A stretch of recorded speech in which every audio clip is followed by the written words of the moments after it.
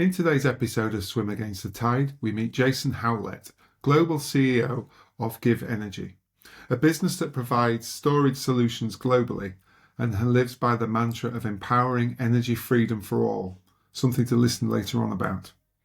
In his journey, he talks about how he's dealt with taking over from an entrepreneurial founder, energy security, being yourself, and how integrity should be the yardstick by which you measure success. I hope you enjoy.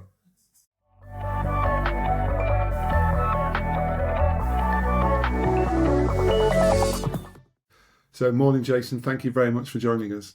Morning, Steve. Thank you for having me. So today is a bit about sharing your story and the business as to how you've got to today. And one of my key drivers of this podcast series is to make sure we create some advice and some nuggets for the next generation to know how to build their careers, potentially launch their own businesses, but to try and hopefully steer them away from some of the pitfalls that we've all made getting here today. And hopefully accelerating the growth of their future business ideas. So let's hope we're up to it, hey? Sounds good. Yeah, looking forward to it. It'd be great if you could just share so people get to know a little bit about Jason, not the chief exec, but Jason the man, so they can understand what drives you in life as much as the business side. Sure. Jason Howlett, been Chief Executive Officer now of GivEnergy for 2 years. I've tended to work in interesting industries that kind of try to make a difference, and I think that's something that's really enabled me during my career to understand who I am and what I do. So really understanding, I think you've seen before, like the golden circle. It's talked about, is what's your why. And and my why, Mr. Cynic's yeah, purpose, that's it, Simon. Purpose, exactly, Simon Sinek, yeah. So what is your why? And I've gone through this a number of times, and actually it's fundamentally because I care, and my why is very much about I care, and the businesses I've been in try and do some good. Generally, they try and offer some real difference to society, to the world, in the tiniest little way. I'm not here to say I'm saving the world in any way, but I like to be in a role that I think you can make a difference. You can make a societal difference. You can make an impact to future generations. You can make a real difference. And I've analysed that. I've been quite fortunate to go through a number of management trainings in parts of the career I've had previously, and I'm still not quite sure where it comes from. Where that real inner core comes from, but I think it's something that's prevalent all the time. So for me, the industry is like I've worked a lot in water and renewable energy. So water is at the heart of public health and understanding those sort of concerns. Renewable energy, about doing something different and making it a sort of better aspect. They've been really core throughout my career. And bringing on people, developing talent, and really developing an organisation into one that has real good values and everything else. So, yeah, I think for me as a person, I'm personally wise. I've been married, I've been divorced. I've certainly learnt and gone through my own personal that's for another podcast challenges. But again, the elements of who I am is just trying to do something that makes a difference. Good. I mean, it's a very nice trait to have, isn't it? I mean, I suppose that naturally will lead us on to maybe explain a little bit about GivEnergy, because the listener will then understand where your current cause is of what you're trying to achieve. Yeah, so GivEnergy is it's a really interesting business. It was founded as an entity 7 years ago, as a company 6 years ago, but actually its origins are actually much older. The factory that produced our equipment, our factory has been making product in this sector for near enough 15 years, which in many sectors you go, well, it's still really, really young. In this sector, renewable energy, energy storage, it's actually got longevity beyond many, many others. So we've probably got as much history as anybody in the sector. But the GivEnergy brand was created as a bit of a challenge. So the founder of the company he was challenged to create something that was not making a product for somebody else, and he decided that GivEnergy was going to be the concept, and was born. And but it is very much around approaching the market slightly different, from a software, as opposed to a hardware.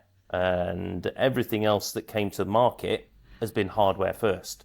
This was done software first, and really about how it can help the grid rather than just to sell a box. So the vision around how the company was created was really compelling to me. And how I met the founder was I was selling his product. I worked for a distribution company in renewables, the biggest in the UK, but also present across Europe and Africa, South Africa. And I'd met him over a number of years previous. And out of every product that I was selling, and I was selling most of the competitors at that stage, there was something different about the GivEnergy product. When he asked me to join, it probably took him about a year to convince me, because I said he needed somebody to put some structure into the company and really help it scale and grow. I was committed to what I was doing, but he kept pestering me. I think he's a very interesting character with unique entrepreneurial skill sets. I think most entrepreneurs are wired a little bit differently, the successful ones anyway, and that's what makes them truly entrepreneurial. And we kept talking, he kept joking about it, and eventually I agreed and came to work with him and really scale this concept of what he created into something that was more established. It had more process control, more replication of process that we could do, and really take that from just a UK-based business into something that was more international. Yeah. Because obviously I've done a bit of research before we met today, and you've got the two sides in terms of the battery storage is the core product. That, from my understanding, let's check I've got it right, is that you can either feed that from low tariff grid, or you could use a sustainable like solar panels or wind, I assume, whatever someone can have at their home or office. Yeah.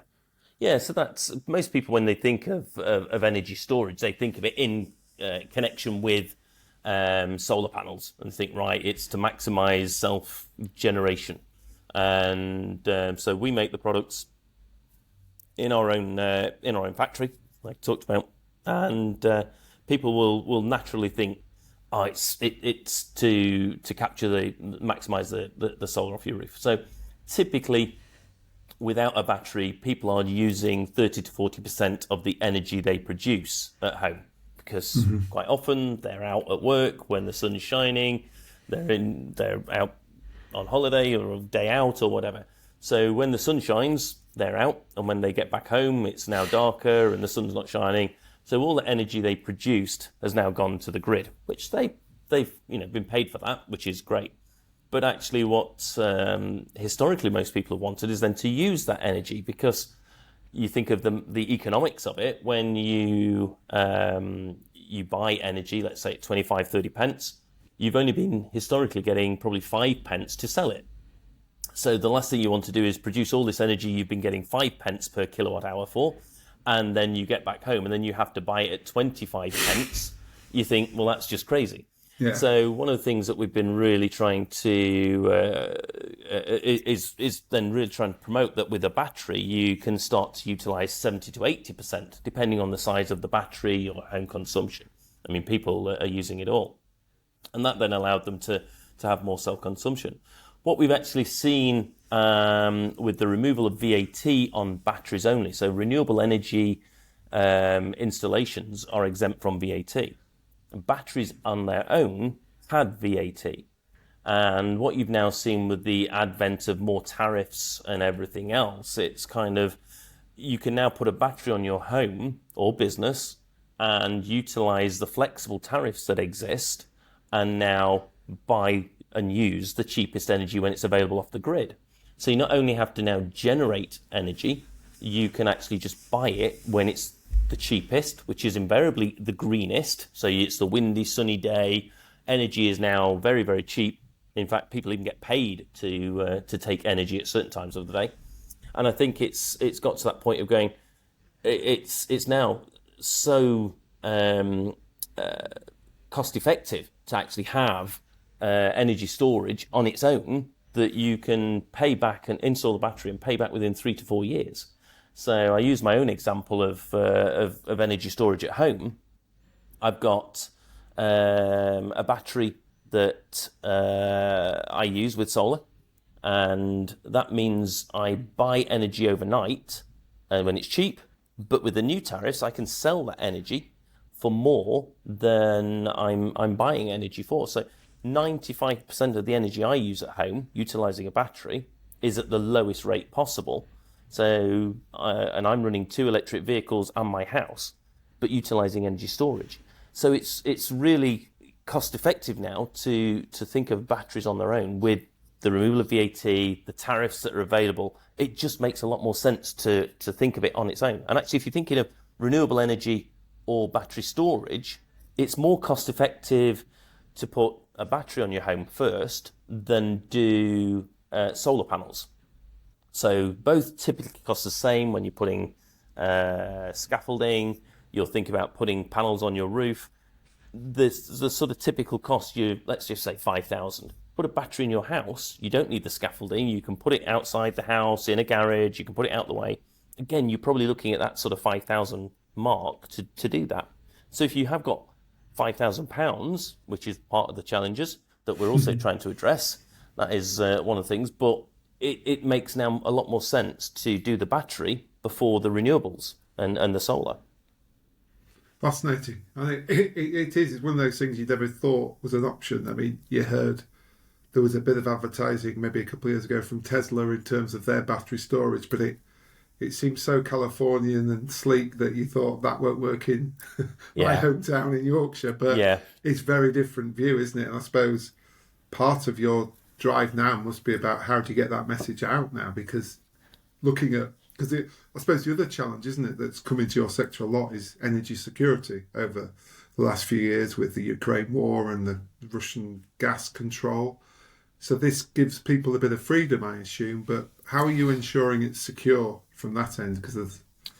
So there's 2 elements here. What people look for as well when they're putting batteries and energy storage, very much thinking about the energy security. And we saw this particularly after the invasion of Ukraine, where people started to say, right, I think we need to invest in the home. I think we want more energy independence and put solar on the house. Think about the security of the grid if there was interventions on the grid, interruptions, blackouts or anything like that. So technology exists that allows to do that. And actually what we're seeing more and more from the use of battery storage and energy storage is that you can also support the grid when it's in times of stress. So you're seeing this demand side reduction where people are now being paid to discharge batteries. It's a really interesting concept, and it's thrown up a number of papers, technical papers, over who has control of batteries. And one of the things we're lobbying hard as a British company is it's the software that actually is the most important thing here. So you think of a number of batteries on the grid, and the bigger the batteries or the bigger the amount of batteries that are available, there's a real risk of those being in the wrong hands, being utilised to harm the grid. And I read a paper only the other day about this, the number of people who can have access. So one of the things we're lobbying hard for is that actual energy storage is actually covered by the government's CAF, an extended CAF, which is the Cyber Assessment Framework regulation. So critical assets should be only available to be controlled by certain people. So we're finding more and more that people actually don't understand the consequence of some of the challenges with installing storage on the networks, particularly big. I mean, we've been talking residential here, but when you start talking utility scale, which we also produce, we're seeing this big sort of shift into now we've got these large deposits of energy we can either pulse in or out of the grid. Now, if there's sufficient of that, you can destabilize the grid with the amount of energy. So the governments, and they haven't been of late, have to really think about how important it is to have something on the grid that is controllable and can really make a difference there to reinforce the grid and not be used as harm against it. So, it's really important that foreign actors can't access the grid, and you've seen a number of cybersecurity threats and risks on various assets that need to be taken into account with this technology. Brilliant, thank you. I mean, it might be good to go back a little bit. You talked about your interesting entrepreneurial founder. Have you got some insight as to, I'm assuming he said it was a he, why he kicked the business off 7 years ago? It was very much to think about things differently. So he, like I say, traditionally people had been creating products in this space that were working to just sell a box, technology box, and fit a problem. What the founder really thought about was actually what's the future challenge to the network, and it's a real interesting one that you start to say, well, the future challenges to the network are the ability to control devices, the ability to influence devices. So, and this is where it came from. It's about as much how you start to help the grid. So he thought about it differently. It wasn't about I need to sell a box. I'm selling a solution. And I think it's really interesting that we've become renowned for having this technology example. And everybody, when they talk to us at trade shows, understands who we are. Our home energy management system is renowned for what it is. And we've seen many other people and competitors in this space sort of try and copy and imitate what we do. But I think it was just looking at it differently, as most entrepreneurs do. Like, and when you're at the beginning with an industry that is pretty much at the infancy stage, when you start to look at things differently, even at that stage, you create something that's quite special. And certainly the whole aspect of then how you support the homeowner through their journey. So quite often, and I'll keep using the homeowner as the example, they get a battery installed, they get it put there by a developer, an installer, and then they're left with it. They're not shown how to get the best out of that system. They're not shown how to maximize the return from the tariffs.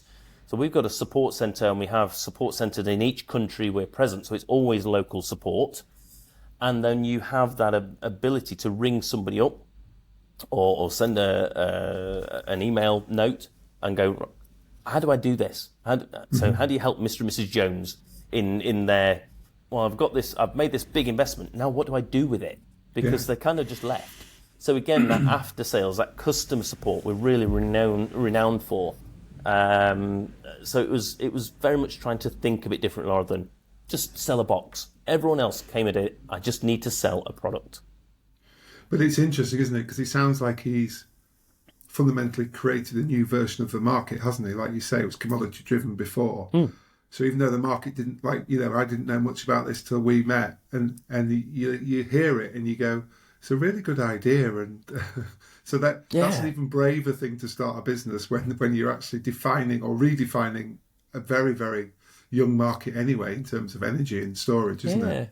And he's a British guy, and he has zero presence on social media. He's a bit of a larger than life character in the business, but outside the business, he prefers to stay in the shadows. Prefers to be with the tech people. But our factories are in China, where most of this product is produced, and so he spends most of his time in China or Asia. With the R&D teams. Right, so he's developing, is he? Developing the next technology. That's where he's happiest, in developing the tech. And then from the business side, that's where I got brought in to really help scale and grow the business. But this whole aspect of detaching hardware and software as well, because this is one of the other aspects that you see with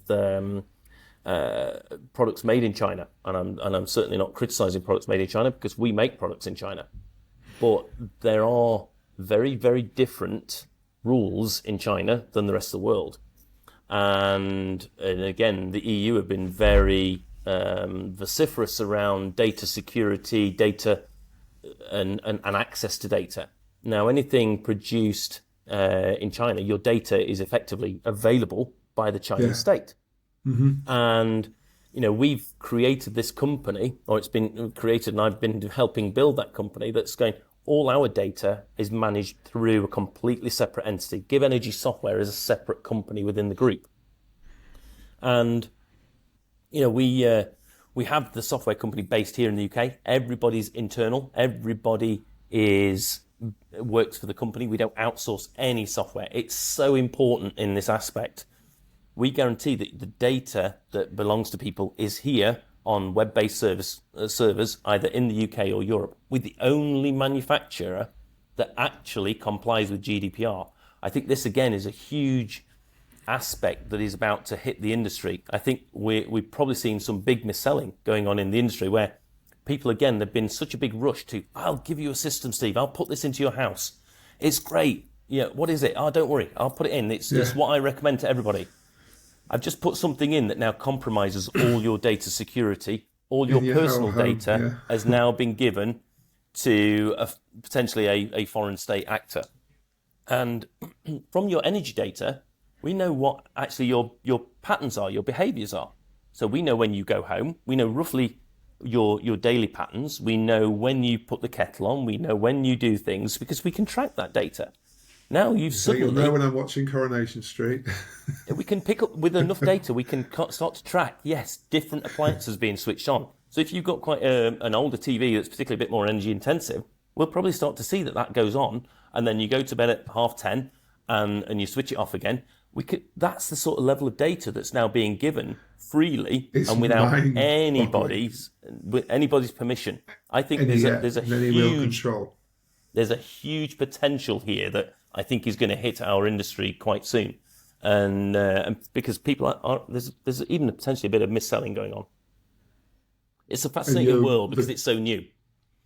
Yeah, and the good news is your USP counters that. Exactly. That's exactly what. That's fascinating. Exactly, and the way we created GivEnergy Software was very much around.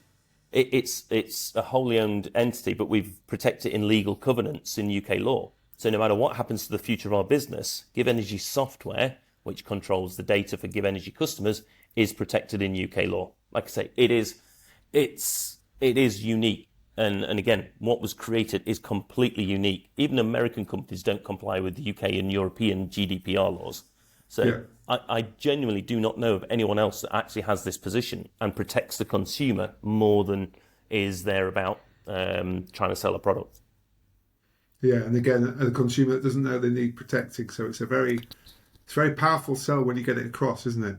Yeah, absolutely. It's slightly worrying, and I think even when we talked, I know we talked previously, but even from a grid perspective, like I say, and going back to what we said earlier, the cyber assessment framework, the amount of networks around the Western world that are now starting to go, actually, this could be a building problem. And I was with the Deputy High Commissioner in London for the Australian High Commission, a lady called Elizabeth Bowes, a couple of weeks ago. Australia are really starting to tackle this and really start to get under the skin of cyber security and the cyber threat of increasing amounts of energy storage on the network. So we're in a fascinating time where I think government's legislation is trying to catch up with actually what's going on. The founder of our company was actually created this company ahead of all of that, was created, if you like, the perfect company for the future, as opposed to thinking of what would sell the most boxes. And it's, credit to the brain that created that. That is very visionary. I mean, just talking about him, obviously, he's brought you in now to scale. He's got the business to a certain size. We see this a lot across all of our clients where they get some organic growth, some natural growth, and then it's about understanding how do you step and scale up to that next stage. So is he trusting? How, you said he likes his R&D, but is he giving you the freedom to do that and carefully might listen? He does. He does. And it's kind of funny because when you create an entity, you have to do everything. You have to be chief, bottle washer and everything, don't you? With there, so he created it with 3 co-founders who were there to support, who brought different skill set, but it was all again based off this real vision of trying to do something a little bit different. And so he's very much been hands-on. I can do everything. I think what he's realised, he talks about, he's got a very good analogy actually, and I'll use it. He can take something from seed to sapling. He can't take it from a sapling to a tree. It's not his skill set. And it's kind of funny when I started looking at the accounts and things weren't quite being done to the proper standards, and we're like, right, we're gonna have to sort this out. Yeah. It's the same I see in all entrepreneur businesses. He didn't tell you that before you joined. No, of course, no. But he didn't know any better. And I was like, right, we need a finance director. And I brought in a finance director I'd known before. But so, yeah, he knows he can probably do every job in this business that everybody else in the company does except mine. So I've got a really unique position with him where we work as a partnership. He will say, I don't work for him. We work together. And he really does respect what I say. We quite often talk, particularly early in the morning because of the time difference if he's in Asia, and so it's we share sort of concepts and discuss different ideas. But we are very, very different people, but we complement each other really, really well. He's I do joke he does have ADHD, has OCD. He's got more letters after his name than anyone. But that brings its unique challenges too, because he says I have to be his interpreter. He's got so much going on in his head all the time, he can't get it out quick enough. And so we've worked together now, and I've known him long enough that then he'll go, Jason, just explain that properly into words that everyone else will understand. Translate that, please. Yeah. So I become his interpreter and his translator into some of these things. But I also know if his brain's bubbling over, he's got to have that element of just talk. I know you've got all these ideas going on in your head and everything. So, but then if I'm talking to ministers, like we've done huge amounts with government, engaging with governments, both current and past, ministers and governments around Europe and the wider world. That's just not him. He just cannot sit in meetings. Even the thought of doing something like this would just bore the life out of him. It's like, what? Oh, no. And that's, so he doesn't want any of that. He said, that's my job. And so we operate in a completely different space, but completely complementary. And we have, brilliant complementary skill sets. I think, that's probably one key thing to pull out here.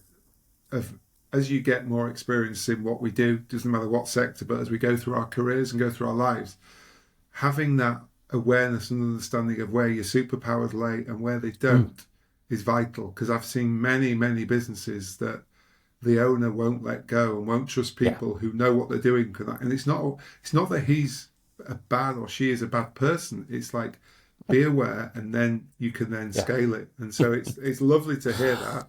And obviously, I'm sure you have some challenges dealing with day to day, but that's what your role is, isn't it? It's as much about the stakeholder management internally as it is externally. And it's interesting. I'll talk. I'm just very conscious. This light. Oh, there we go. That's come back better. It's like it just disappeared for ages, didn't it? Like it was awful. I've just moved that way slightly.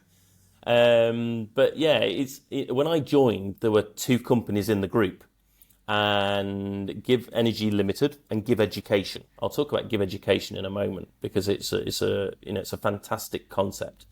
We are now 13 companies in the group. But you talk about, from the founder's perspective, he is still obsessive about GivEnergy Limited, the UK business, because that's the one he started.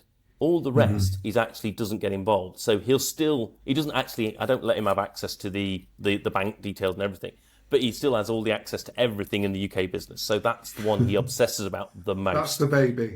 Yeah, that's the baby. And so, I'll talk to him most days about the UK, even though we're now in Europe, both Eastern and Northern Europe, hopefully soon in Southern Europe too, with locations. We're now in Australia. A couple of locations. We're in South Africa, we're in Singapore, in Asia. So we've got all these entities around the world. But we talk about the UK because that is the baby. That's where it started. That is the most precious, and it is still where we are. We're a UK business, but it's the one who's probably most familiar with the market, the challenges, what's gone on. We are the biggest in the UK by market share.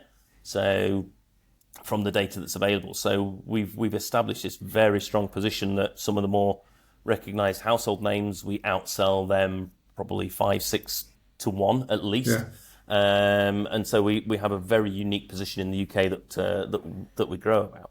But yeah, it's, you know, that obsessiveness is the UK business. We talk so much more about it, and I have to go, stop obsessing, and we'll go into that level of conversation. But I know, because I know him, and this was one of the key aspects of why he was persisting in me joining. He said, you understand me, you know what I'm like. And that's why it's really, really important that he found somebody that he could work with on a personal level and respect, as opposed to just hiring. And I think this is a challenge for all entrepreneurs, actually, when they recognize that need to bring in some help. It's as much they've got to find somebody they can work with and has complementary skills, as opposed to they want to push the entrepreneur out. Sometimes they want to. I've worked in my previous role was actually in a business that was entrepreneur led. His whole aspiration was to get out of the business, and why I came in was part to help him exit the business and to take him through that. So he wanted to transition that across, get the knowledge across, and help me to help him exit. In this business, it's very much about helping to grow. We've still got this aspiration to be dominant as a global player. We've now become increasingly international, but it is, how can we become a global entity in what we do as well? Yeah, I think it's interesting as well, because you're obviously respecting and understanding where you need him in the journey to constantly evolve your offer and product. Yeah, absolutely. That's why I say it's mutually, it works so well. Obviously, we've talked a lot about the successes, but we have to be honest about life.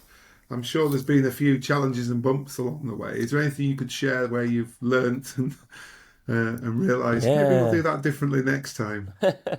It's really important. There's always people prepared to give you advice, and will say, how you do this is 100 management books, and you've got to do this and you've got to do that, and it's so easy to try and be something that you've read and that you should be.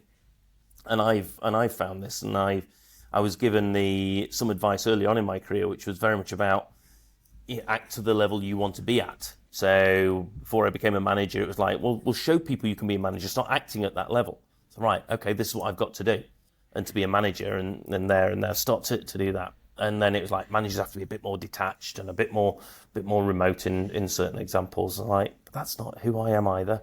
And then you start to think, okay, well, I like a bit of a laugh and a joke. And one of the great things that people's talked about is hopefully I can talk to most people I interact with, and at various levels and that ability. So, but it's finding that balance. And actually, I've struggled previously in my career of what is that balance between, as you step, and I see it so often in so many businesses, even in my business today. How do you step from that into management and leadership and everything else?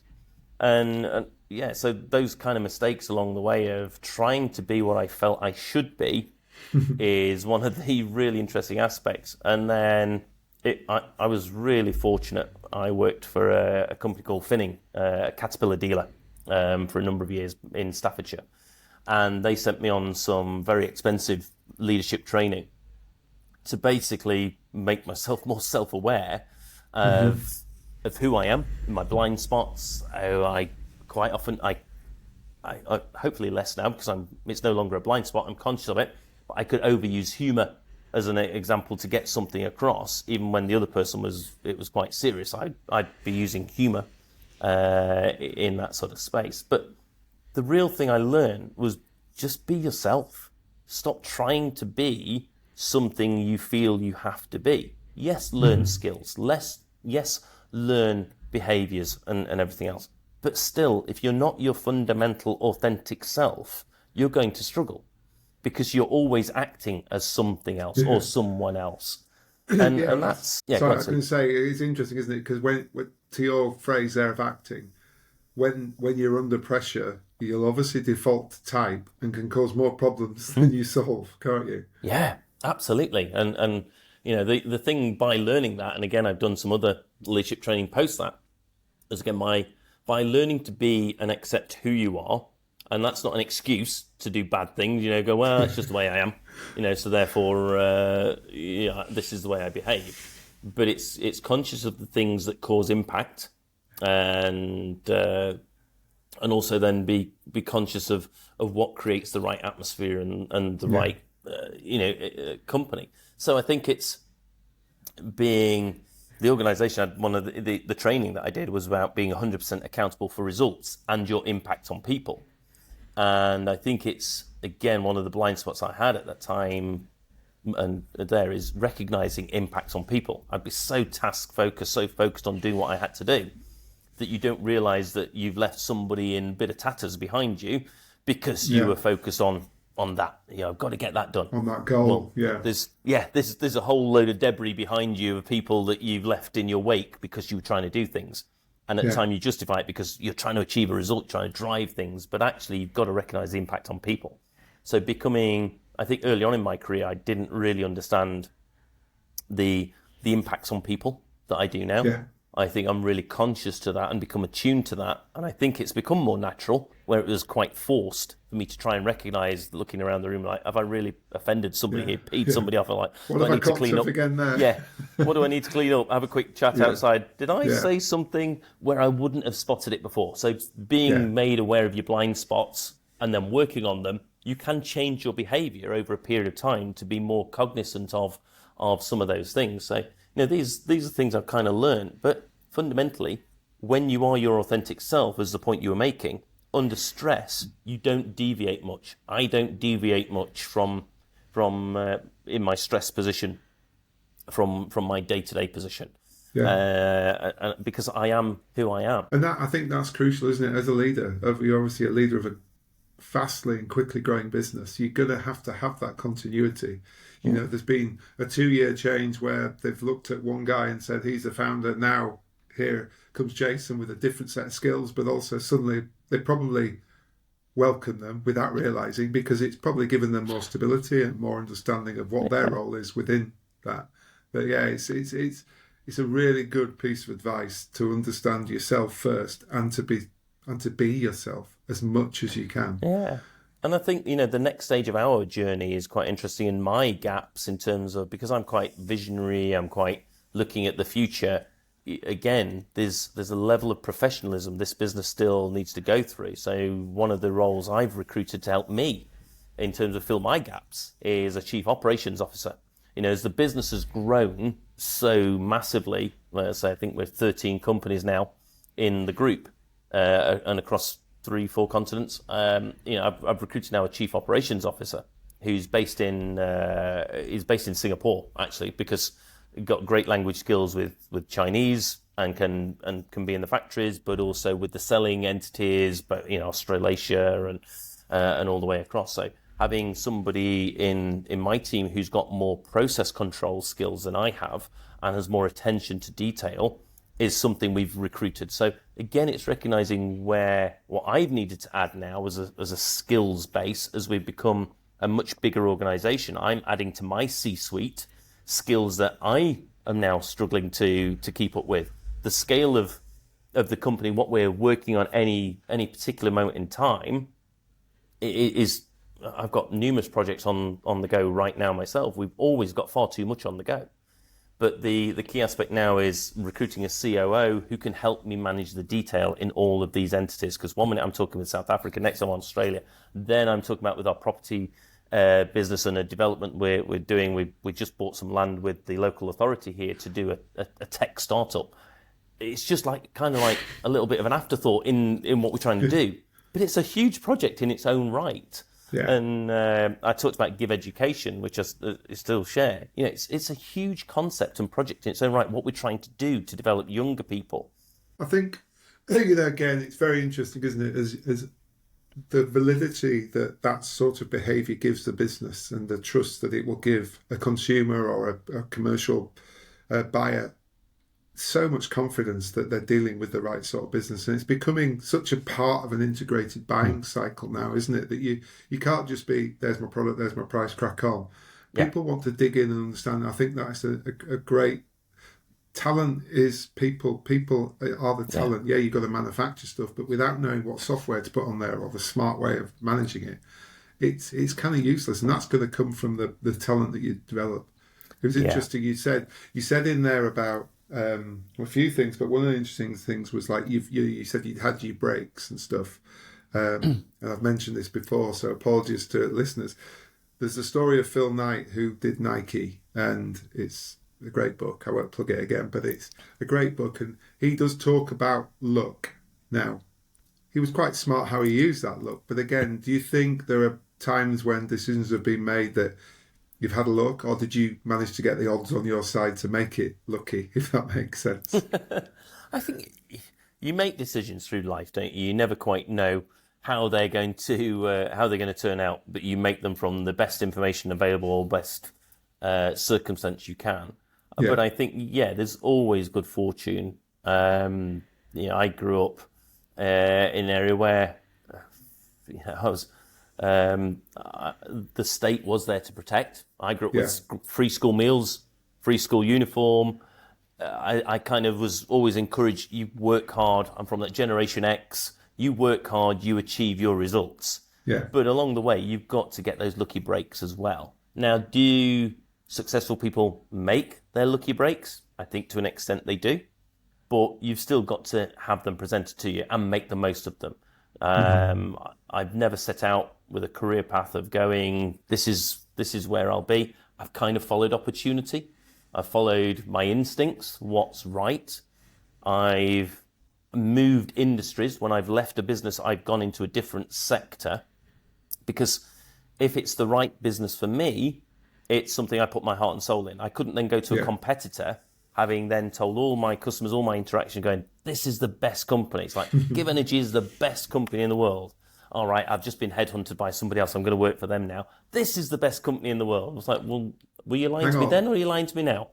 And so again, that authenticity that I talked about earlier is, so I think for me, I've moved into different industries after I've left ones because I couldn't physically, emotionally, mentally sell something else or be part of another business when I firmly held that belief in the one I was already in. So it's just my personal choice in being, again, that authentic self, but looking at the opportunities and going, is this the company I want to be in? And will this one, and I certainly won't go into too much detail, but I joined one company not for very long in my career that really was not the right culture. And I resigned within about 3 or 4 months. But again, recognizing things that they did, in my opinion, were illegal. I'll say in my opinion. Um, Yeah, let's not get into trouble here. Yeah, exactly. but yeah, fine.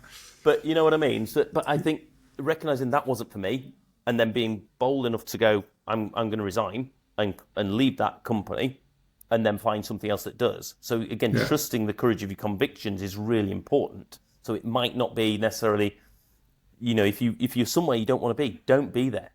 yeah, So that look aspect, you've got to follow who you are. But then you yeah. need to rely on opportunities being there.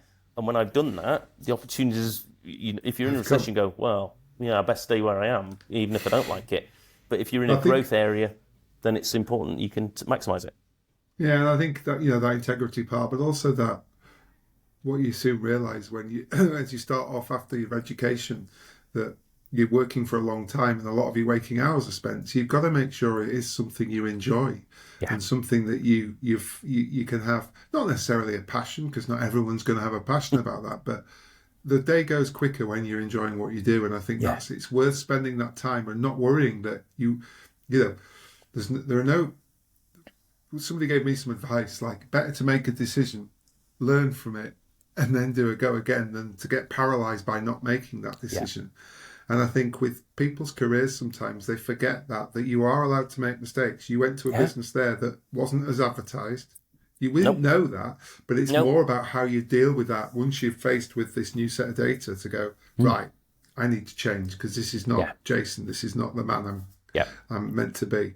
Exactly, and that so you've got to trust the courage of your convictions. But like I say, it's easy to say if and quite hard for many people to do when they got sort of mortgages and bills to pay. I was fortunate; I got a little bit of money behind me that gave me the freedom to do it at that stage in my career and go, absolutely not. Had I got no money and going, right, I've got to do this, suck it up, I'd have left, but I wouldn't have resigned and gone, I'm going. Yeah, I'd have got another job first. But this one, it was like, I'm off. Brilliant. That's brilliant. The ironic bit was I ended up working longer on my notice than I was in the job because they had this massive project that would have failed without me. So I still had the integrity that I didn't want the project to fail and go, right, I will stay here and do this even though I don't want to be here, and then we'll get this project over the line and then I'll leave, which is what I did. Brilliant. So, look, a little bit of reflection. We're coming to the end of the podcast. Has there been anybody, because I think people ask me a lot, and people, fellow guys that have built businesses, is there anybody you can identify that's really helped you within your career, that's made a difference, that's given you that piece of advice that you always keep in your back pocket, that keeps you driving forward? Yeah, I think I spent 16 years at Severn Trent Water. It was early on in my career. It wasn't the first job I had. It was technically the third. I worked for a local council. I was on main sewers, and then the agencies got taken over, so I was sort of taken into the water company. So it was kind of like second, third job. I was doing this kind of same role, but to start with. But I think I was really fortunate by going into Severn Trent Water. There was so many brilliant people that were there, and I can certainly think of two. It was a decision actually when I moved, and I ended up relocating myself. The company supported me down into Worcestershire, and I was in looking after Evesham Sewage Works, Redditch Sewage Works, and all these delightful things. So I jokingly say I spent so much of my career based on sewage works that my immune system is brilliant. I've been exposed to more germ warfare than anyone else, But certainly when I was down there was a couple of guys. My immediate manager was a guy called Dave Malley, brilliant guy, he was actually not far from where I lived. And most people didn't realise or thought when I went and took this job, I had to apply for the job and got this job in Worcestershire. They assumed I knew Dave from before. We'd never met each other before, even though we'd come from the same sort of county. But he'd been in Severn Trent a long time.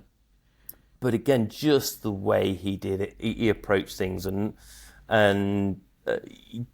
he was so forthright in his opinions. So he knew what was important, and he knew how to get that message across. And he was so well respected, even though at times he was quite blunt. And it's like recognizing there's times when you can be quite blunt, and you can have that ability. But he worked for a guy called Paul Bradford, who was based in Warwickshire. So we were in what was called the Southern Shires at that stage. But Paul had this kind of different kind of approach. And he always taught me to think longer term and think more in the future. So I think those two together for different reasons.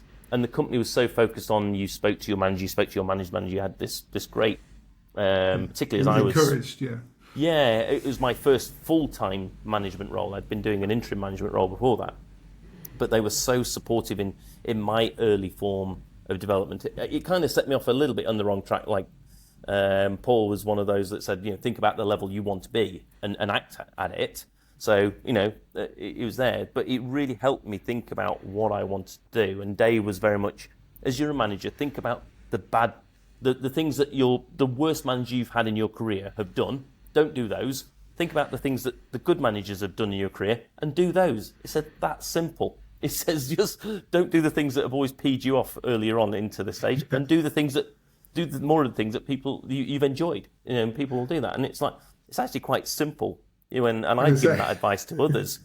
Think of when you've had a few managers, start thinking about the good manager you've had, emulate those good things, and the ones that you thought they're a tosser. I don't want. Don't do those. And it was like so simple to start to think about why do some of the traits that you think has been negative in other people. Don't do those. Yeah. So it's not about a set of rules, is it? That actually, it's not. It's quite, and I've repeated that to other people because it's do the things that you think good managers do, and don't do the things that bad managers do. Yeah, brilliant. I love it.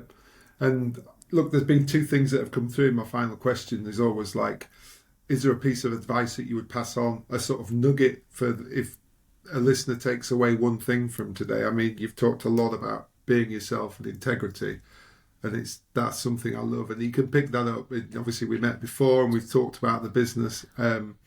Is that the nugget you would leave people, or is there something else? I would.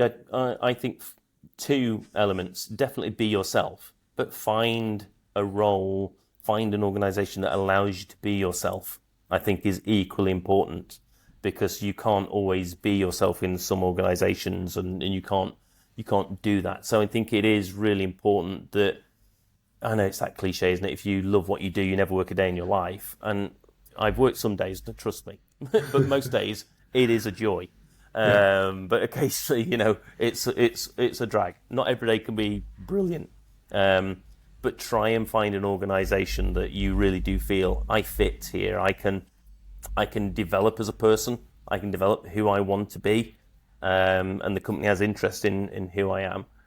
But engage with people, talk to people. I think I was always encouraged in every business, talk to your managers, talk to your senior managers, engage. They're just normal human beings, but people have put people on pedestals before, and it's like, I remember, sorry, I'm going to just digress a little bit. Early on in my career, it was like, I was in a mess room with one of my field engineers, and they said, Jason, he says, you're not like a director. It's I'd only just become a director in my first director role. And I was sat over lunchtime. They were having their lunch. I was having a coffee, just chat with them.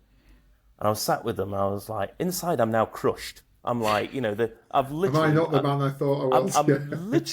I'm thinking in my head, going, I'm doing the best I can. What's wrong? What am I doing? So, with the bravest face, I was like, why? And he just said, we can talk to you. And I was like, inside there was so much relief. I was like, yeah, it's positive. Yeah. Oh, yeah. I was like, but it's true, and you again, people have got to be available, but make time for people is a message I give to leaders. Engage in conversation, but to anybody in an organisation, learn from the people around you. Most will be more than happy to have a conversation. If they're not the people you want to learn from anyway. There's plenty of people out there who can learn. Get a coach, get a mentor, ask somebody to be a mentor. And I've had mentors in the past, and I think utilise their knowledge and experience. It's something I've done and utilised in the past. But then it helps you realise who you are, because most people still, I joke, I still don't know what I'm going to do when I grow up. But you're still trying to find who you are all the way through your life and what really excites you, what you want to do. So to utilise that experience is definitely something I would advocate. Brilliant. Fantastic advice. Jason, thank you so much for your time. That's been really, really interesting. And I will be watching the rise and rise of GivEnergy for the next few years, hopefully. Me too. Take care. Great. Thanks, Steve.